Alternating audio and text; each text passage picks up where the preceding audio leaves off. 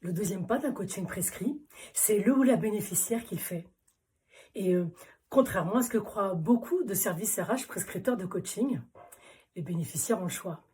La première option et la plus évidente, c'est quand les bénéficiaires sont d'accord avec la proposition de l'entreprise et adhèrent sans difficulté à ses objectifs.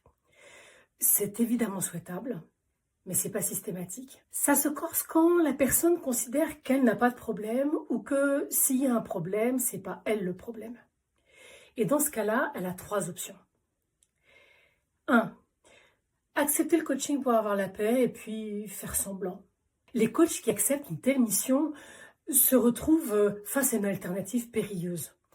Coacher à vide au risque que l'imposture soit découverte ou dénoncer le jeu de dupe. Dans les 2 cas, ils mettent bénéficiaires et donneurs d'ordre en porte-à-faux et il y a de fortes chances pour que ce soit au coach que tout ça soit reproché. Alors vous faites ce que vous voulez, mais moi ces situations-là, je les fuis comme la peste. Deuxième option, refuser le coaching.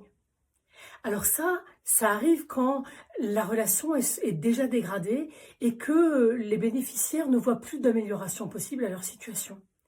Très souvent, refuser le coaching, c'est une tentative pour ouvrir la porte à un autre dialogue de type changez-moi de poste ou séparons-nous bons amis.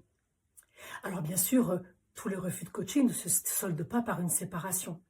Mais ce que j'ai observé, c'est que pratiquement toutes les personnes qui prennent le risque de refuser un coaching sont prêtes à la rupture.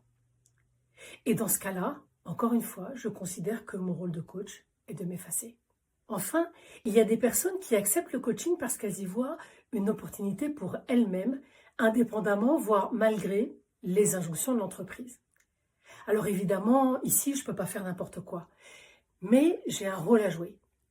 La semaine prochaine, je vous l'illustrerai par des exemples. Je vous donne un indice. Souvenez-vous, la seule motivation qui vaille vient de l'intérieur. À lundi.